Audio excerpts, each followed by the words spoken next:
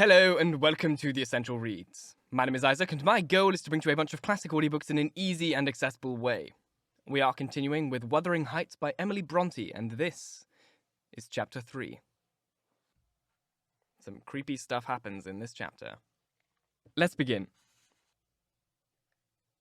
While leading the way upstairs, she recommended that I should hide the candle and not make noise, for her master had an odd notion about the chamber she would put me in, and never let anybody lodge there willingly. I asked the reason. She did not know, she answered. She'd only lived there a year or two, and they had so many queer goings-on she could not begin to be curious. Too stupefied to be curious myself, I fastened my door and glanced round for the bed. The whole furniture consisted of a chair, a clothes press, and a large oak case, with squares cut out near the top, resembling coach windows. Having approached this structure, I looked inside, and perceived it to be a singular sort of old-fashioned couch, very conveniently designed to obviate the necessity for every member of the family having a room to himself. In fact, it formed a little closet, and the edge of the window which it enclosed served as a table. I slid back the panel sides, got in with my light, pulled them together again, and felt secure against the vigilance of Heathcliff and everyone else. The ledge where I placed my candle had a few mildewed books piled up in one corner, and it was covered with writing scratched on the paint. This writing, however, was nothing but a name repeated in all kinds of characters, large and small. Catherine Earnshaw, here and there varied, to Catherine Heathcliff, and then again to Catherine Linton. In vapid listlessness, I leant my head against the window, and continued spelling over Catherine Earnshaw, Heathcliff, Linton, till I closed my eyes.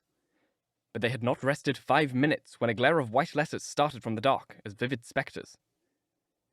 The air swarmed with Catherines, and rousing myself to dispel the obtrusive name, I discovered my candle wick reclining on one of the antique volumes, and perfuming the place with an odour of roasted calf skin.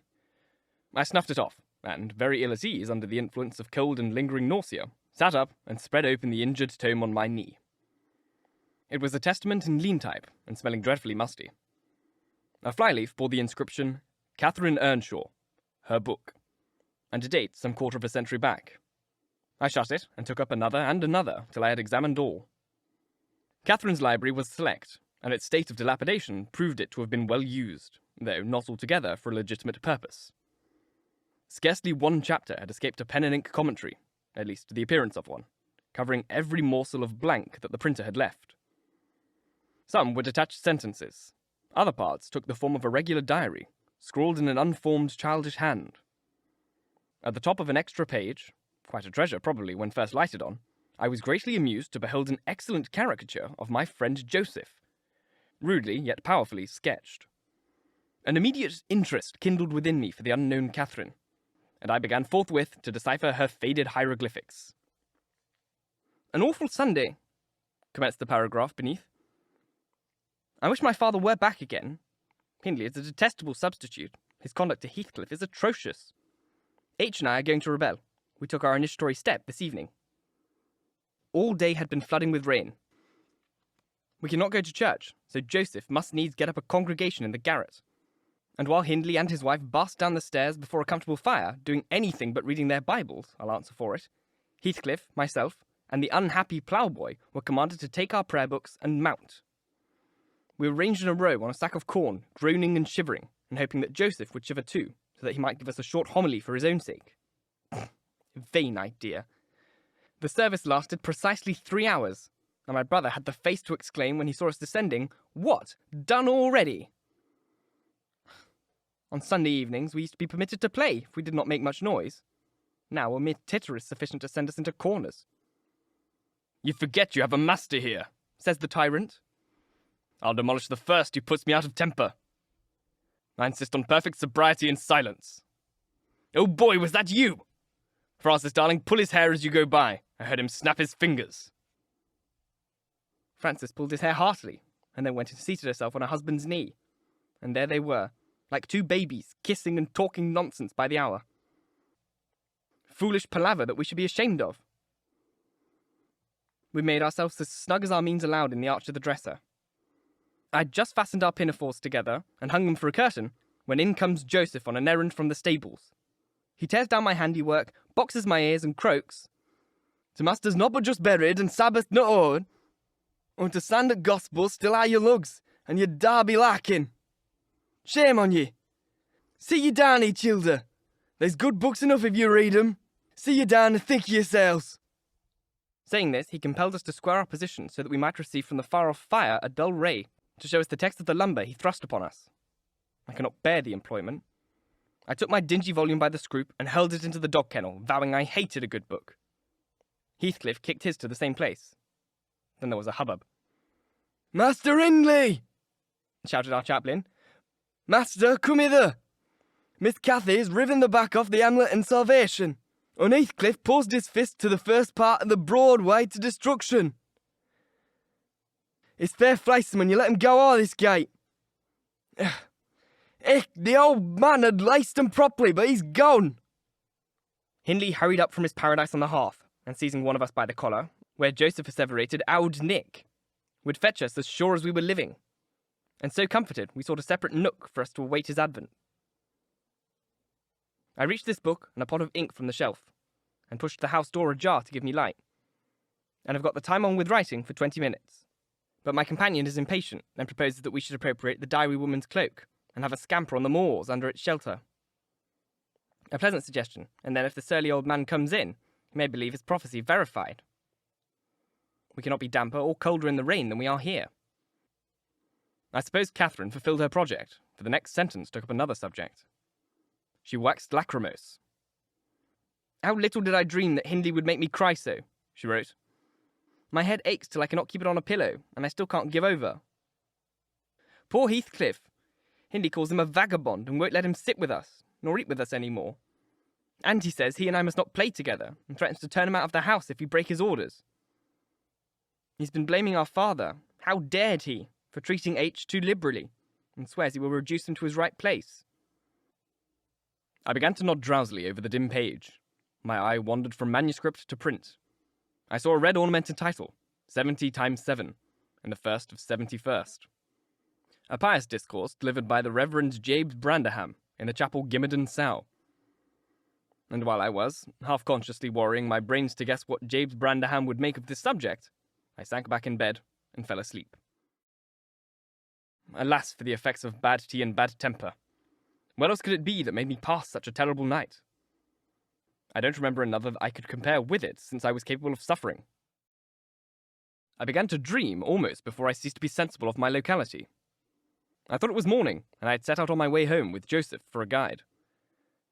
The slough lay yards deep in our road, and as we floundered on, my companion wearied me with constant reproaches that I had not brought a pilgrim's staff, telling me that I could never get into the house without one, and boastfully flourishing a heavy-hedged cudgel, which I understood to be so denominated.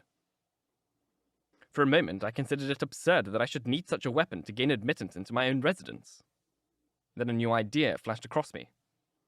I was not going there. We were journeying to hear the famous James Branderham preach from the text, 70 times 7, and either Joseph, the preacher, or I had committed the first of 71st, and were to be publicly exposed and excommunicated. We came to the chapel. I passed it really in my walks, twice or thrice. It lies in a hollow between two hills, an elevated hollow near a swamp, whose peaty moisture is said to answer all the purposes of embalming on the few corpses deposited there. The roof has been kept whole hitherto, but as the clergyman's stipend is only £20 per annum, and a house with 2 rooms threatening speedily to determine into one, no clergyman will undertake the duties of pastor, especially as it is currently in reports that his flock would rather let him starve than increase the living by 1 penny of their own pockets.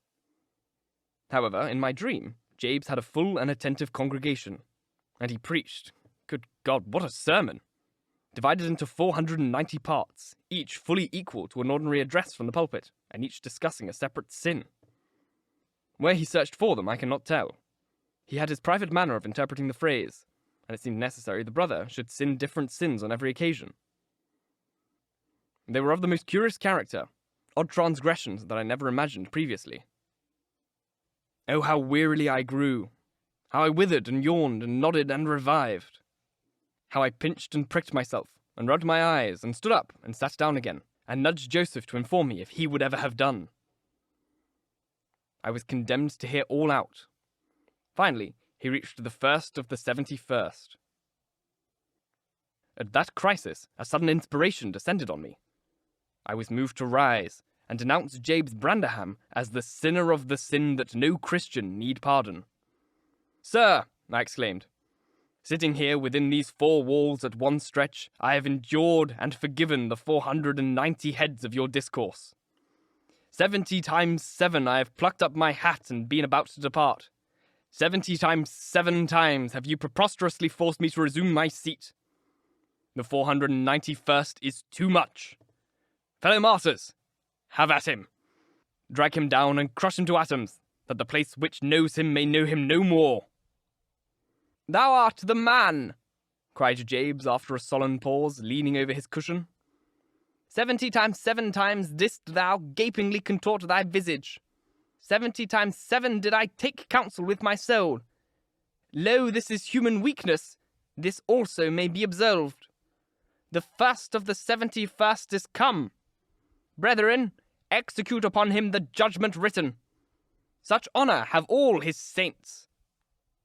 With that concluding word, the whole assembly, exalting their pilgrim staffs, rushed round me in a body.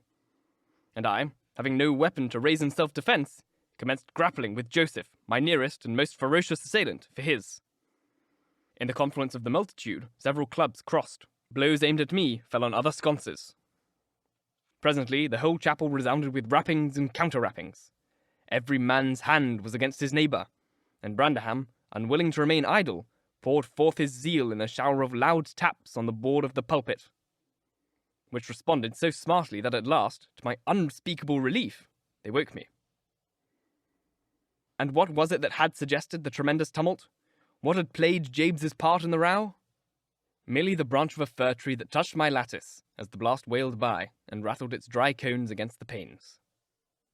I listened doubtingly an instant, detected the disturber, and then turned and dozed and dreamt again, if possible still more disagreeably than before. This time I remembered I was lying in the oak closet, and I'd heard the gusty wind and the driving of the snow. I heard also the fir bough repeating its teasing sound, and ascribed it to the right cause. But it annoyed me so much that I resolved to silence it, if possible. And, I thought, I rose and endeavoured to unhasp the casement. The hook was soldered into the staple, a circumstance observed by me when I was awake, but forgotten. "I must stop it nevertheless," I muttered, knocking my knuckles through the glass and stretching an arm out to seize the importunate branch, instead of which my fingers closed on the fingers of a little ice-cold hand. The intense horror of nightmare came over me. I tried to draw back my arm, but the hand clung to it, and a most melancholy voice sobbed, "Let me in! Let me in!" Who are you?" I asked, struggling meanwhile to disengage myself. "Catherine Linton," it replied shiveringly. Why did I think of Linton? I'd read Earnshaw 20 times for Linton. "I'm come home. I lost my way on the moor."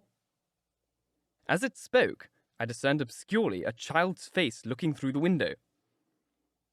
Terror made me cruel, and, finding it useless to attempt shaking the creature off, I pulled its wrist onto the broken pane, and rubbed it to and fro till the blood ran down and soaked the bedclothes. Still it wailed, "Let me in!" and maintained its tenacious grip, almost maddening me with fear. "How can I?" I said at length. "Let me go if you want me to let you in." The fingers relaxed. I snatched mine through the hole, hurriedly piled up books in a pyramid against it, and stopped my ears to exclude the lamentable prayer.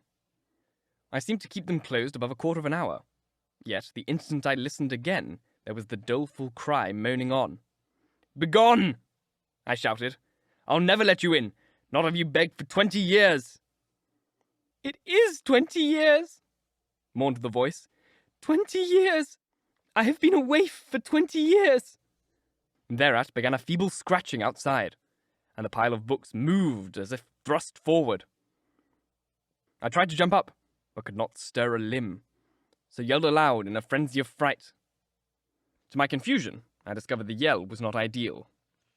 Hasty footsteps approached my chamber door. Somebody pushed it open with a vigorous hand, and a light glimmered through the squares at the top of the bed. I sat shuddering yet, and wiping perspiration from my forehead. The intruder appeared to hesitate, and muttered to himself. At last, he said in a half whisper, plainly not expecting an answer. Is anyone here? I considered it best not to confess my presence, for I knew Heathcliff's accents, and feared he might search further if I kept quiet. With this intention, I turned and opened the panels. I shall not soon forget the effect my action produced. Heathcliff stood near the entrance, in his shirt and trousers, with a candle dripping over his fingers, and his face was as white as the wall behind him. The first creak of the oaks startled him like an electric shock. The light leapt from his hold to a distance of some feet, and his agitation was so extreme that he could hardly pick it up. "It is only your guest, sir," I called out, desirous to spare him the humiliation of exposing his cowardice further. "I had the misfortune to scream in my sleep, owing to a frightful nightmare. I'm sorry I disturbed you." "Oh, God confound you, Mr. Lockwood! I wished you were at the—" commenced my host, setting the candle on a chair because he found it impossible to hold it steady. "And who showed you into this room?" He continued, crushing his nails into his palms and grinding his teeth to subdue the maxillary convulsions. "Who was it? I've a good mind to turn them out of the house this moment." "Who was it? I've a good mind to turn them out of the house this moment." "It was your servant Zillah," I replied, flinging myself on the floor and rapidly resuming my garments. "I should not care if you did, Mr. Heathcliff. She richly deserves it. I suppose that she wanted to get another proof that the place was haunted at my expense. Well, it is, and swarming with ghosts and goblins. You have reason in shutting it up, I assure you. No one will thank you for a doze in such a den." "What do you mean?" asked Heathcliff. "And what are you doing?" "Lie down and finish the night, since you are here. But for heaven's sake, don't repeat that horrid noise. Nothing could excuse it unless you're having your throat cut." "If the little fiend had got in at the window, she probably would have strangled me," I returned. "I'm not going to endure the persecutions of your hospitable ancestors again. Was not the Reverend Jabes Branderham akin to you on your mother's side? And that minx, Catherine Linton, or Earnshaw, or however she was called, she must have been a changeling, wicked little soul. She told me she had been walking the earth these 20 years, a just punishment for her mortal transgressions, I've no doubt." Scarcely were those words uttered when I recollected the association of Heathcliff's with Catherine's name in the book, which had completely slipped from my memory till thus awakened. I blushed at my consideration, but without showing further consciousness of the offence, I hastened to add, "The truth is, sir, I passed the first part of the night in—" Here I stopped afresh. I was about to say, perusing those old volumes. Then it would have revealed my knowledge of their written as well as their printed contents. So correcting myself, I went on, in spelling over the names scratched on the window ledge. A monotonous occupation, calculated to set me asleep, like counting, or— "What can you mean by talking in this way to me?" thundered Heathcliff with savage vehemence. How dare you under my roof? God, he's mad to speak so." And he struck his forehead with rage. I did not know whether to resent this language or pursue my explanation, but he seemed so powerfully affected that I took pity and proceeded with my dreams, affirming that I had never heard the appellation of Catherine Linton before, but reading it often had overproduced an impression which personified itself when I had no longer my imagination under control. Heathcliff gradually fell back into the shelter of the bed as I spoke, finally sitting down almost concealed behind it. I guessed, however, by his irregular and intercepted breathing, that he struggled to vanquish an excess of violent emotion. Not liking to show him that I heard the conflict, I continued my toilet rather noisily, looked at my watch, and soliloquized on the length of the night. Not 3 o'clock yet. I could have taken an oath it had been 6. Time stagnates here. We must surely have retired to rest at 8. Always at 9 in winter, and always rise at 4. Asked my host, suppressing a groan, and as I fancied by the motion of his shadow's arm, dashing a tear from his eyes. "Mr. Lockwood," he added, "you may go into my room. You'll only be in the way coming downstairs so early, and your childish outcries sent sleep to the devil for me." "And for me too," I replied. "I'll walk in the yard till daylight, and then I'll be off. And you need not dread a repetition of my intrusion. I am now quite cured of seeking pleasure in society, be it country or town. A sensible man ought to find sufficient company in himself." "Delightful company," muttered Heathcliff. "Take the candle and go where you please. I shall join you directly." Keep out of the yard, though. The dogs are unchained. And the house. And Juno mount sentinel there. And... nay, you can only ramble about the steps and passages. But away with you. I'll come in 2 minutes. I obeyed so far as to quit the chamber, when, ignorant where the narrow lobbies led, I stood still, and was witness involuntarily to a piece of superstition on the part of my landlord, which belied oddly to his apparent sense. He got onto the bed and wrenched open a lattice, bursting, as he pulled at it, into an uncontrollable passion of tears. "Come in! Come in!" he sobbed. "Cathy, do come! Oh, do once more! Oh, my heart's darling, hear me this time, Catherine, at last!"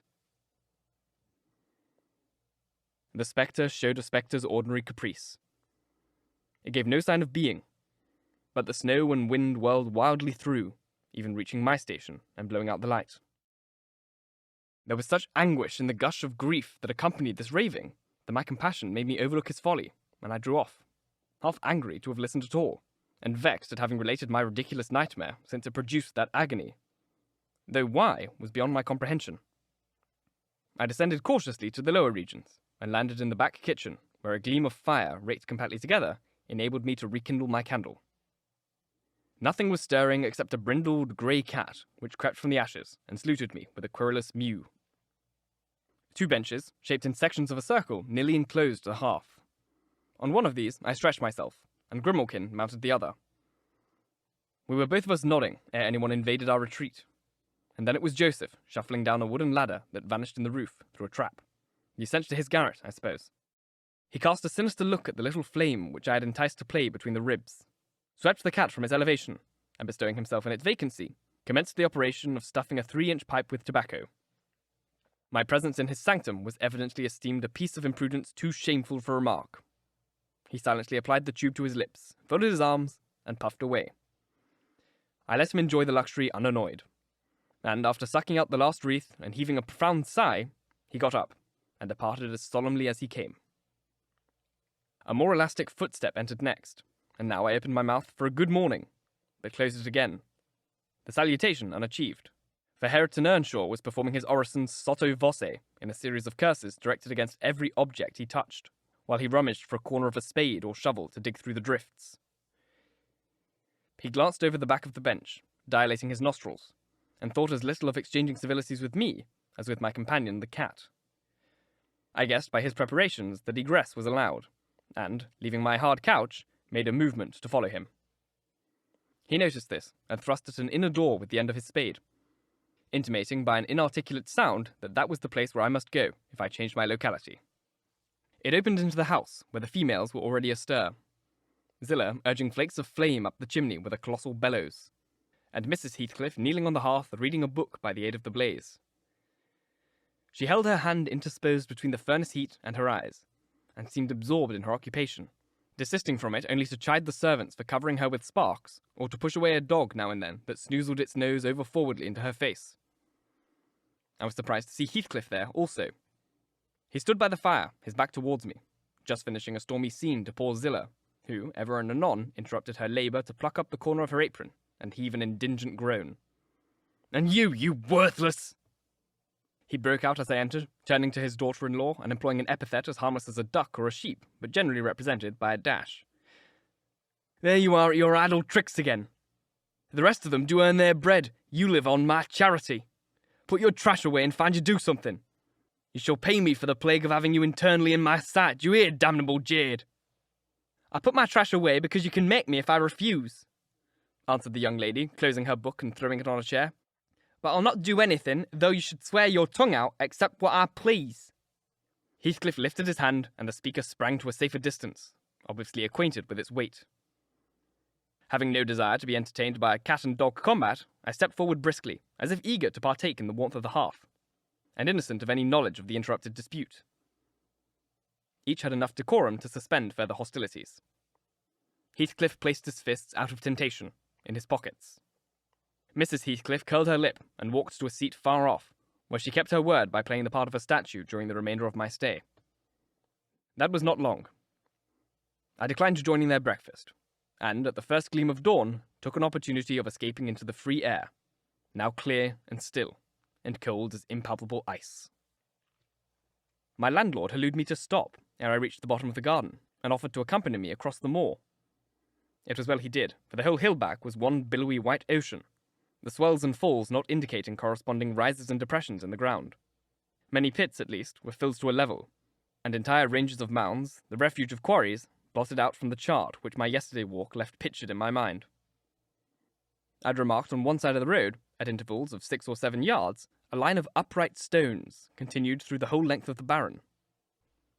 These were erected and daubed with lime, on purpose to serve as guides in the dark, and also when a fall like the present confounded the deep swamps on either hand with the firmer path. But excepting a dirty dot pointing up here and there, all traces of their existence had vanished, and my companion found it necessary to warn me frequently to steer to the right or left when I imagined I was following correctly the windings of the road. We exchanged little conversation, and he halted at the entrance of Thrushcross Park, saying I could make no error there. Our adieu was limited to a hasty bow, and then I pushed forward, trusting to my own resources, for the porter's lodge is unattended as yet. The distance from the gate to the Grange is 2 miles. I believe I managed to make it 4, what with losing myself among the trees and sinking up to the neck in snow. A predicament which only those who have experienced it can appreciate. At any rate, whatever were my wanderings, the clock chimed 12 as I entered the house, and that gave exactly an hour for every mile of the usual way from Wuthering Heights. My human fixture and her satellites rushed to welcome me, exclaiming tumultuously they had completely given me up. Everybody conjectured that I had perished last night, and they were wondering how they must set about the search for my remains. I bid them be quiet, now that they saw me returned, and, benumbed to my very heart, I dragged upstairs, whence, after putting on dry clothes and pacing to and fro for 30 or 40 minutes to restore the animal heat, I am adjourned to my study, feeble as a kitten, almost too much so to enjoy the cheerful fire and smoking coffee which the servant has prepared for my refreshment. Thank you so very much for listening. If you enjoyed, please like, comment, share, all that jazz. And if you really enjoyed, do subscribe because there is more to come. Many chapters left in this book. If you're listening on podcast, please leave a review as it helps get this in front of as many people as possible. And reading your reviews really makes my day. If you want to support me further, you can click up here on screen to the Ko-Fi link that is now there if you're on YouTube, or you can find the same link in the description box. It's like a little extra donation thing that you can do to me because I only get paid for YouTube watches. I don't actually get paid for podcast listens because I live in France. And America hates Europe. Or American companies hate Europe, at least. Nah, America hates Europe, especially with the current, climate that's going on across the ocean. Across the Atlantic. Anyway, what a great chapter. How wonderful was that? I really hope you enjoyed it as much as I did. Yeah, once again, thanks for listening. And until next time, bye-bye.